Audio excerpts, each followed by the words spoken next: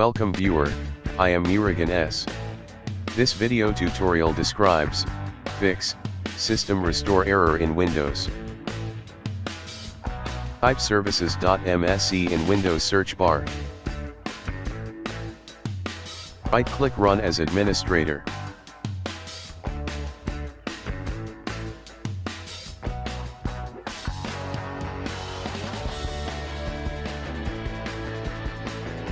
Find Volume Shadow Copy.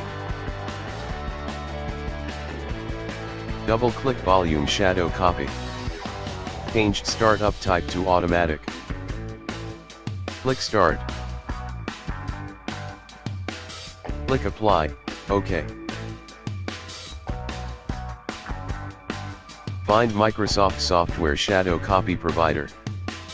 Double-click the Microsoft Software Shadow Copy Provider. Change Startup Type to Automatic. Click Start. Click Apply, OK. I hope this video tutorial helps to you. Please like, share and don't forget to subscribe my channel. Thank you very much. See you next video.